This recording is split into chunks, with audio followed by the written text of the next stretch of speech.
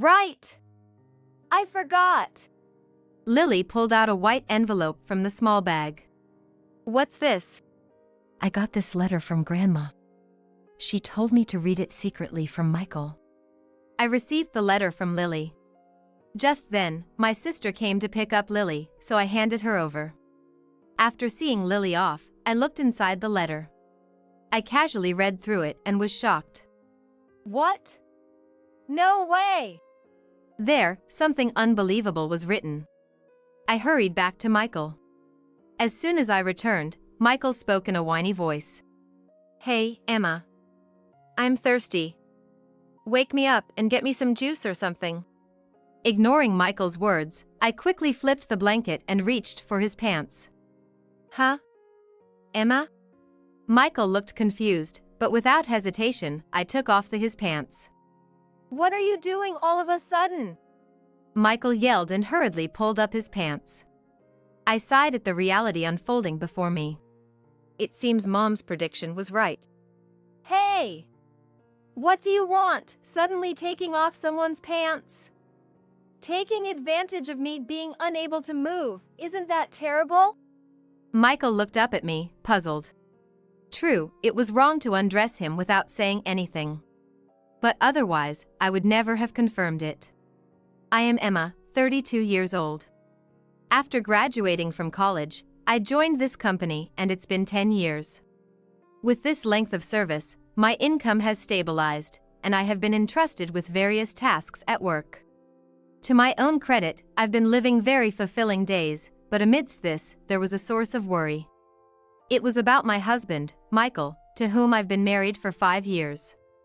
I met Michael at a friend's wedding. We happened to be at the same table. Man, weddings are wonderful, aren't they? Really, they both look so happy. We didn't talk much, but I was impressed by Michael, who joyfully celebrated the bride and groom as if it were his own happiness. Later, through a friend, Michael approached me, and our relationship started smoothly. I want to marry you. After receiving a straightforward proposal from Michael, we got married. The surprising part came after that. What? You've been divorced before? And you have a child? Yeah. And I'm being pressed by my ex-wife for child support. It's somewhat amazing that someone with a divorce history could celebrate others' weddings so genuinely. Child support, right? Just pay it. It's your responsibility as a dad. No, the thing is, I don't have any money left this month. What? I had a vague idea that Michael's income wasn't great. But I never thought I'd be paying child support for a child I didn't know with my salary. Maybe I rushed into marriage. I didn't regret marrying him. But that was my honest feeling. Moreover, the real problem was that Michael was carefree about money and didn't see this situation as a problem. I quit my job. Michael would report this casually, time and again. You quit, so what are you going to do now? It's okay. Emma's working, so we'll manage somehow. This must be what they call being dependent. He shouldn't rely on someone else's money. I wonder if it was a marriage for money. Sometimes I couldn't help but think that. But excluding the money issue, Michael wasn't a bad husband. He was a bit unconventional, but that was stimulating and interesting. I feel like eating something sweet. Want to go to the grocery store together? Now? Yeah. Suddenly saying such things on a weekday night, we would go to the grocery store just for sweets. All right. I won't sleep until I clear this game today. Okay. Sometimes I was kept up all night playing games with him on weekends. Honestly, it was hard at our age, but I think I didn't dislike Michael's spirit. That's why I couldn't leave Michael, who was irresponsible with money and couldn't keep a job. He wasn't the type to cheat, at least. Before I knew it, things had come this far. But recently, I saw something. A young woman I didn't know was sitting in the passenger seat of Michael's car. I, who had been complacent thinking he would never cheat, felt like I'd been hit from behind.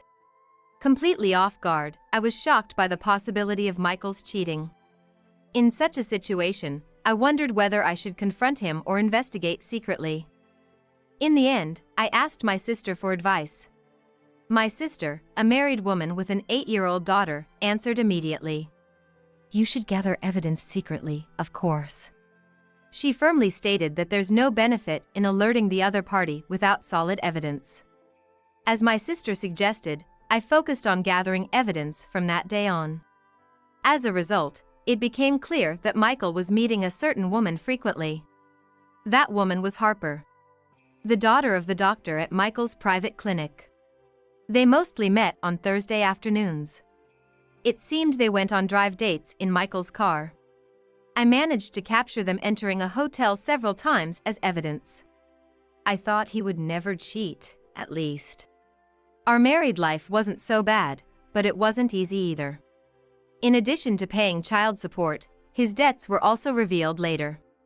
Both were from before our marriage. In other words, things that should have been unrelated to me, or I should have known about before marriage. He hid these and married me.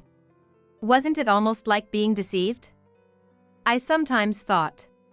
But the only pride I had was that he hadn't cheated. I never imagined that even that would be betrayed. I'll confront him with everything and leave. Michael, being carefree and self-paced as he is, probably doesn't suspect that I know. I'll surprise him for once at the end. I was searching for the right day to reveal everything. However, soon after, I received a shocking message from Michael. Sorry, I had an accident. I might not be able to move my body from now on. I left work and hurried to the hospital Michael mentioned. It was that clinic. Feeling anxious, I also called Mom to accompany me. Are you his wife? Please, this way. I never imagined meeting this person in such a situation. The person guiding us at the reception was Harper, Michael's affair partner. Seeing her face, which I had seen several times from behind or in profile, directly like this felt strange. As we were led to the room, Michael was lying in bed. Michael! Emma, you came. His voice and expression seemed energetic. Mom seemed to think the same, and we exchanged glances of relief. I was surprised by the call, but relieved to find his injuries seemed minor.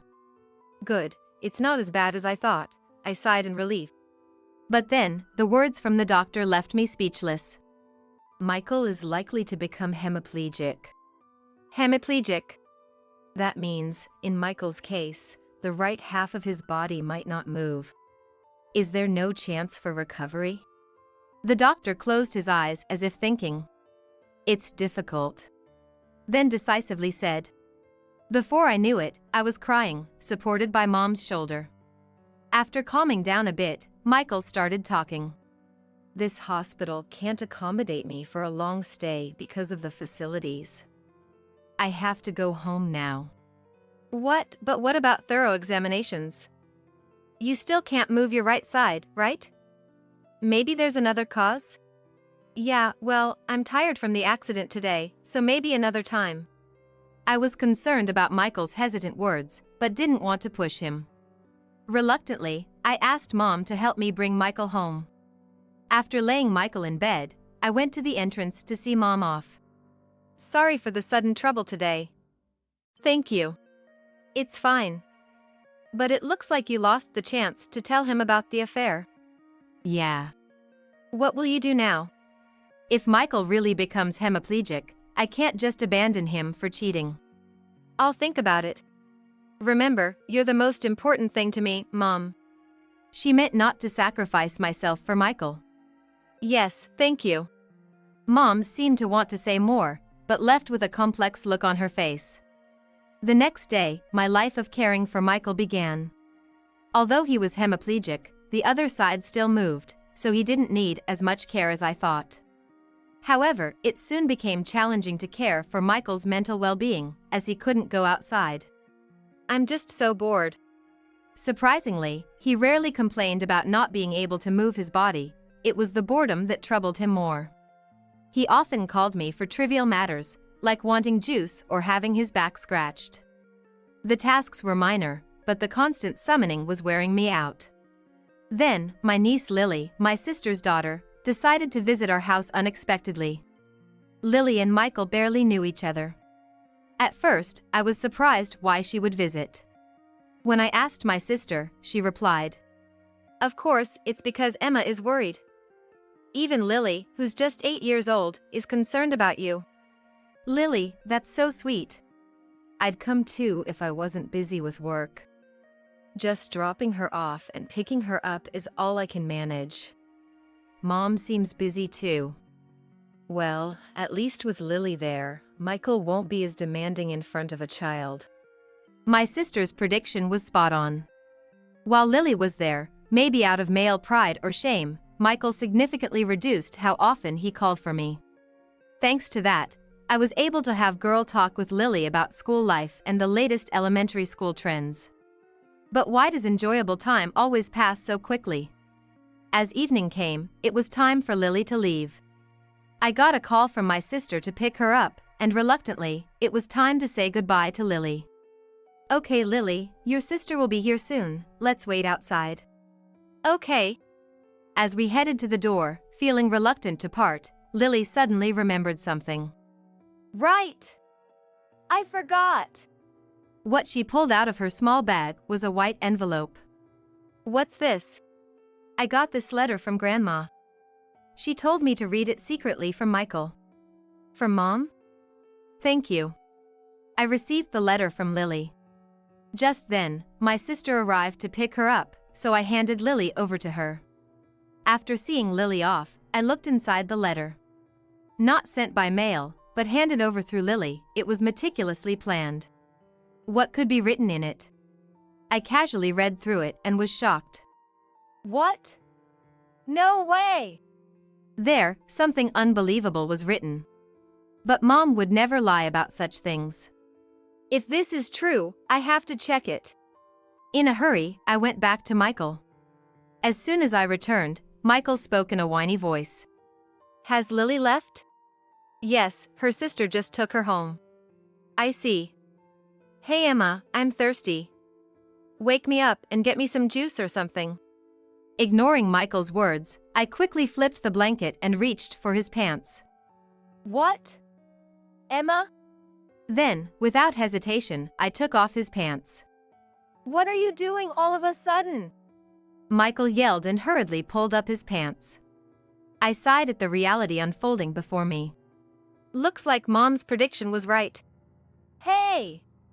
What do you want by suddenly taking off someone's pants?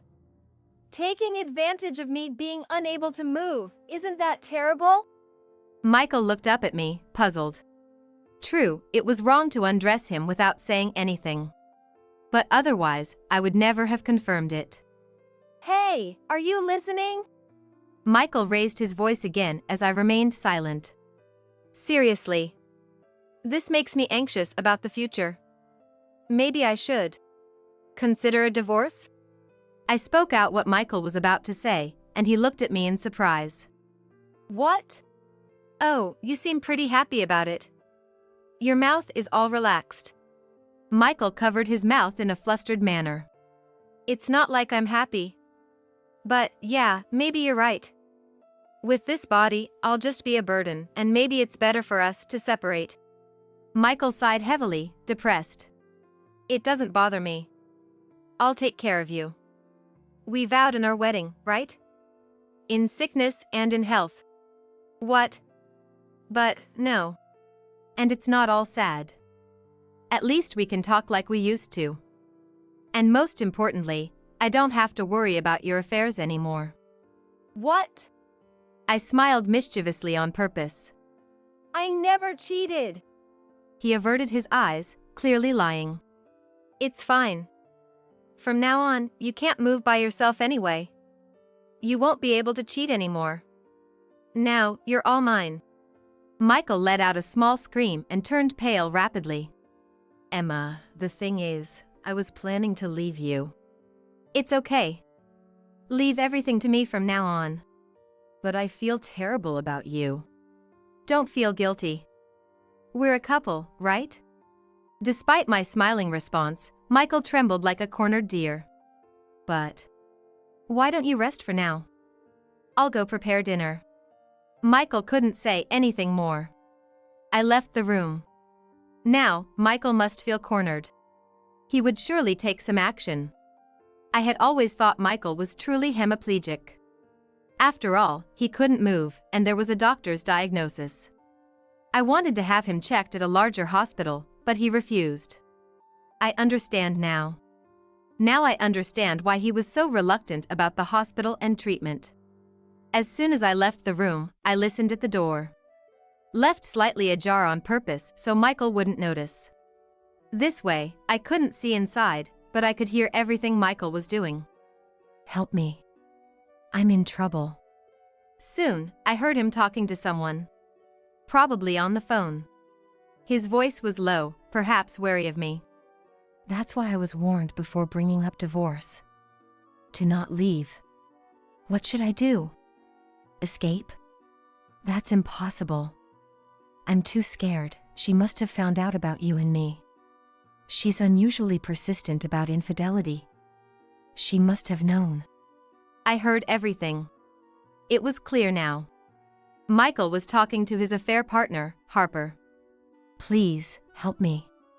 Say it's a call from the hospital, admit me to other hospital, or else Emma would do something to me. While Michael was pleading on the phone, I knocked on the door. Michael?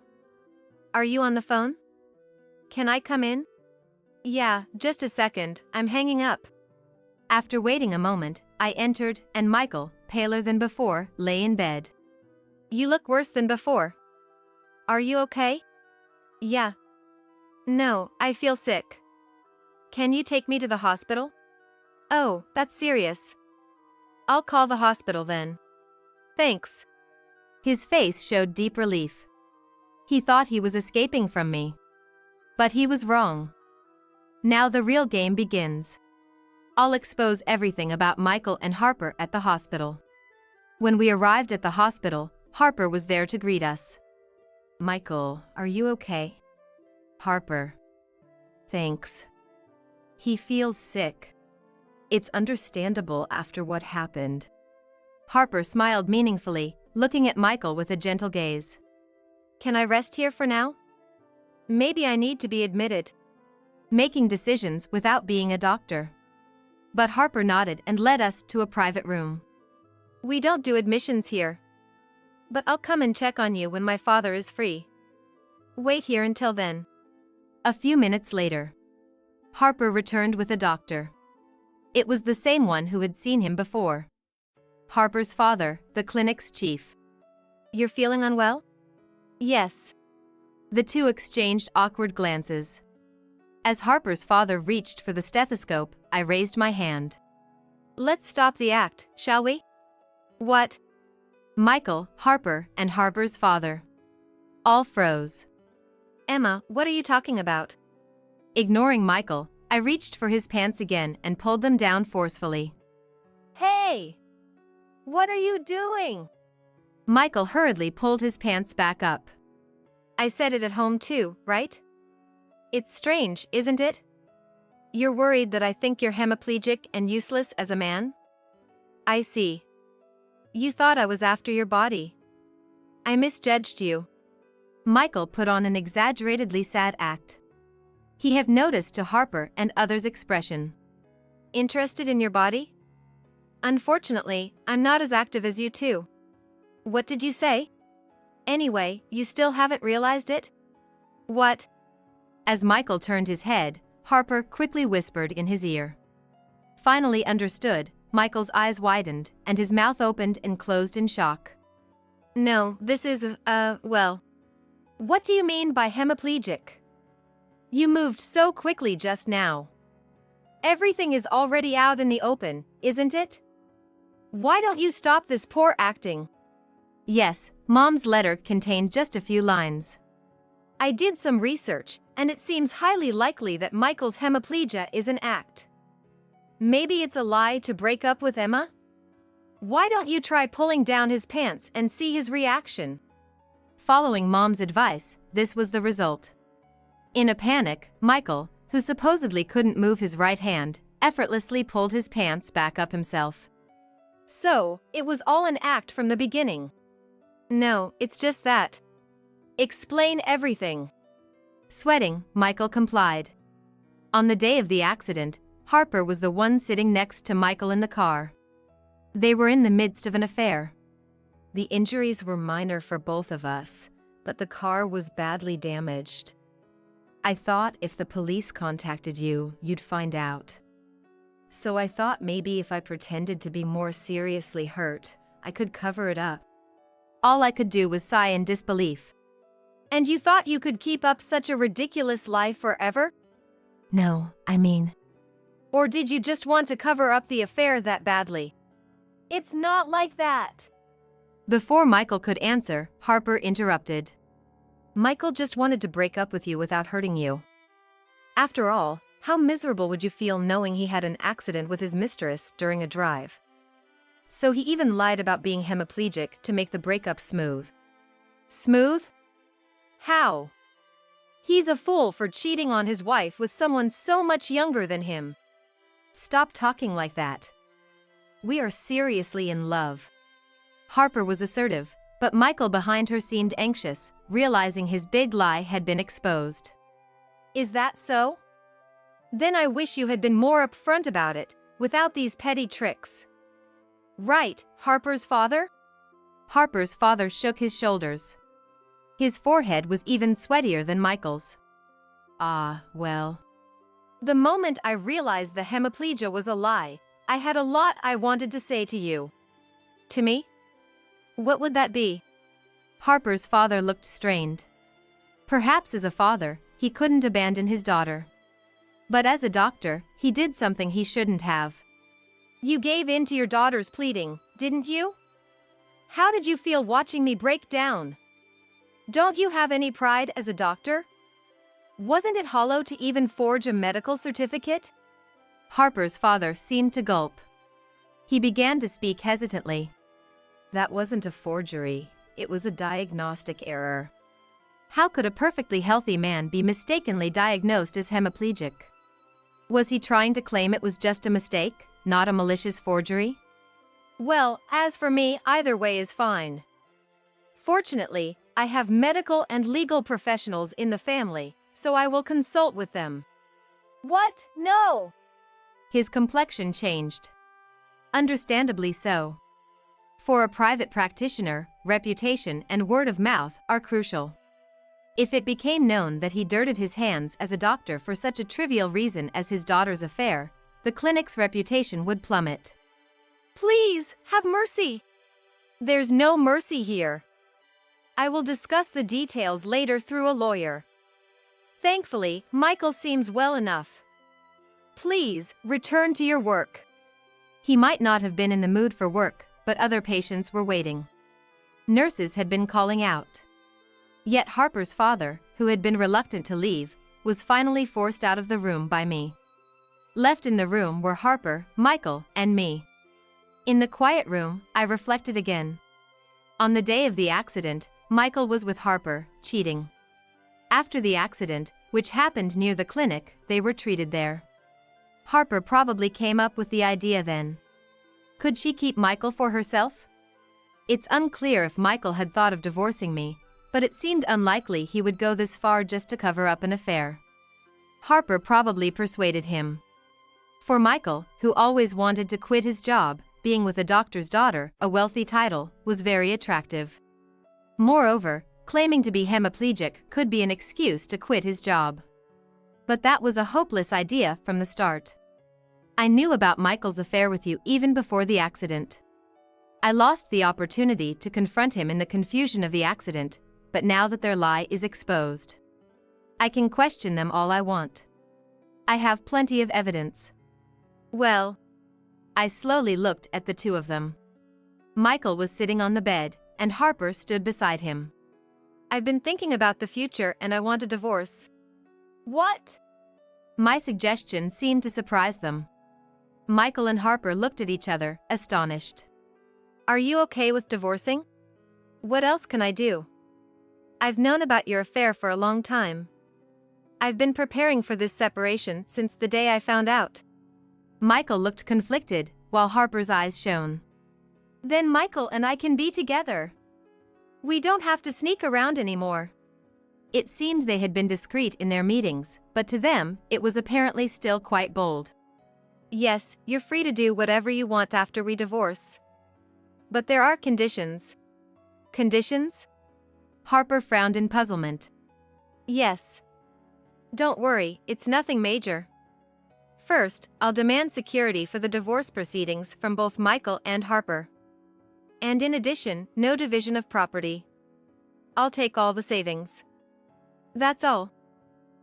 Isn't that a bit unfair, Emma? Did you forget that I've been paying most of our living expenses for the 5 years we were married? I should have asked for more than just the savings. Michael, who has always been lazy, had trouble keeping a job, leading to unstable and low income compared to his peers. He was also a big spender, so he hadn't even finished paying off his debts from before our marriage. I know you've helped me, Emma, but I've been trying too. He seemed reluctant to give up all the savings. Michael stuttered. But then unexpected help came from the side. Michael, we've come this far, right? Don't worry about money. Dad's here, and I can handle it. Besides, I just want us to be able to love each other openly. Harper. Love is all we need. In front of his still wife, they both seemed too comfortable with each other. And what did Harper see in this man? Despite many questions, Harper's intervention resolved the conversation. I'll leave the divorce application and the security for the divorce proceedings to my lawyer. I'll send your belongings to Harper's house. I don't think we need to see each other anymore. All right, then. Goodbye. Take care. They seemed to already consider themselves a couple, standing close together. I remembered something I had forgotten to say. Oh, right. Don't forget to deposit the child support. And try to at least pay the interest on your debts. Harper looked sharply at Michael standing beside her. Child support? Debt? What are you talking about? Didn't you know? He has a child with his ex-wife. And don't misunderstand, I didn't steal him from his ex-wife. Michael was already divorced when we met. Harper, a bit irritated. What debt? Asked. It's from before we were married. I don't know what it was for. How much? About $30,000, I think. I smiled as I told her, and Harper's face drained of color. That's understandable. Paying security for the divorce proceedings, child support, and debts would be overwhelming. But you can work together to pay it off, right? Harper squared her shoulders, facing Michael. Michael. Yeah. Nodded vaguely. Lucky you, Michael, having such a positive Harper with you. You'll be motivated to find a job now. Find a job? Harper's eyes were empty. Yes. Because of this incident, Michael resigned. Now he's a proud unemployed man. No qualifications, so maybe full-time work might be tough, but as long as there's love, everything will be fine. Good luck. I heard Harper. There has to be a limit. Mutter. Harper was completely shocked, and Michael too was unsettled. Waving at them, I left the hospital. Afterward, my divorce was finalized smoothly. I was a bit concerned about the security for the divorce proceedings, but Harper's father paid it all for both of them. He probably feared I might slip up and reveal everything. Considering the potential damage to his reputation, he might have thought it was a small price to pay. With that, nothing stood in the way of Michael and Harper anymore. However, they didn't remarry immediately. Michael was eager. I want it to be right now. But Harper was. Well, I'm not sure. Hesitant. Moreover, there were frequent arguments between Michael, who never seemed to work, and Harper, who didn't want to register their marriage. Even if a man is thought to be a destined partner, hesitations are understandable if he's that useless. In my case, by the time I realized it, I had grown too attached. If not for that, I would have left him much sooner. Thankfully, I am now living a peaceful life for the first time in a while. Initially, I thought I might feel lonely. Despite his issues, Michael was good at being affectionate and entertaining. But once he was gone, it turned out to be quite a relief. No sudden demands for sweets, no forced all-night gaming sessions. Some might find that enjoyable, but it was too much for someone in their 30s. Now, I can relax and take care of myself, enjoying a life with more room to breathe. Constantly living on the edge for excitement is something I'm done with. From now on, I plan to live a life without overreaching or straining myself, just comfortably within my means.